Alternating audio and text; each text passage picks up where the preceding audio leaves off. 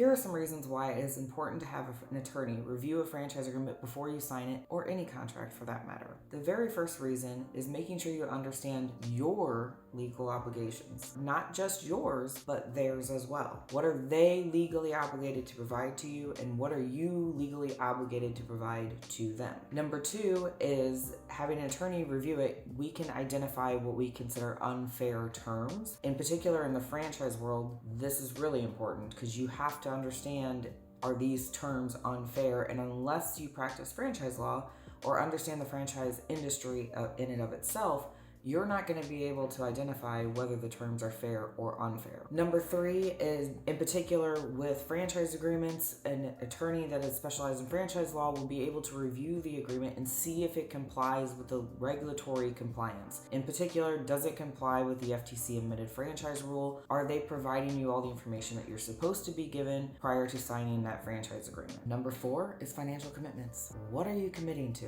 In other words, a question I like to ask clients is, how much money can you stand to lose, right? Everybody likes to think about how much money they can gain and what their benefit of the contract is. But what you need to be thinking about in any contract situation, in particular a franchise agreement, how much money can you stand to lose? Number five is termination and renewal rights. They are not guaranteed. Termination, I can guarantee you, is in all of the contracts.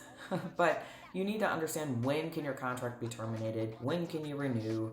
What are your options? In other words, what's your exit strategy? Number six is becoming more popular than ever, is intellectual property rights. You have to understand who owns the intellectual property. Are you getting a license to use it? How can you use it? What's going on? Intellectual property rights are becoming very, very prevalent in a lot of contracts, and you need to understand what you're signing on for. Last, I tell everybody, dispute resolution. My job as the attorney when I'm reviewing contracts, in particular franchise agreements, is I'm going to assume you're assuming everything's going to go well, which is what I truly hope and pray for all of you. However, my job is to prepare for things that go not well. So I look at things like dispute resolution. What happens if things don't go well? What is our next step? These are all things that you need to understand before you sign a franchise agreement, or any contract for that matter. These are all important things that you need to understand before you sign a contract, especially a franchise agreement.